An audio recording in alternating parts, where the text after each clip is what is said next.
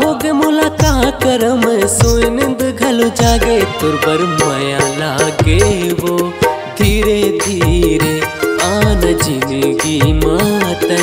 धीरे धीरे तुर माया के नशा चढ़े पिए भांग बरोबर लागे का होगे मुलाकात करम सोए नींद घलो जागे तुर बर माया लागे वो धीरे धीरे आना जिंदगी माते धीरे धीरे।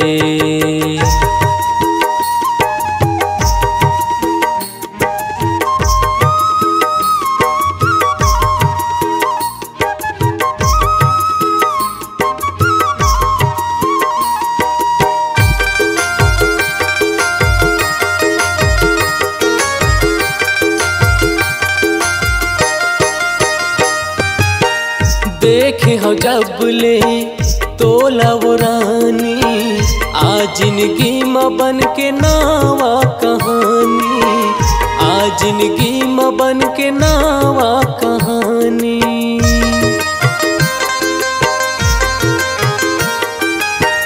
मन तुर सुरता माँ छितिर बितिर हो गे है ए रानी देख मोला काय काय हो गे है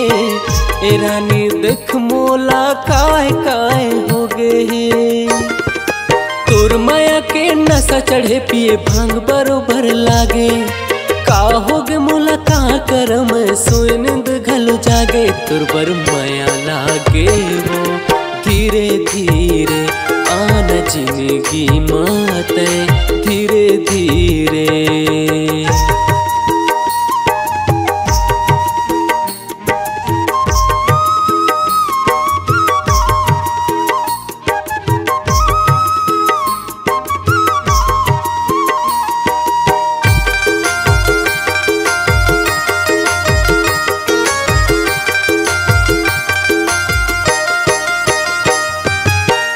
माया के डोरी माँ बांधे हम गोरी छन छोड़ बे मोर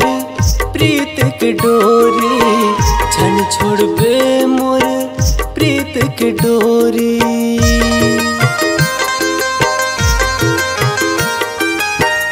मर जाऊं मैं तोर बिना गोरी तोड़ के झन जावे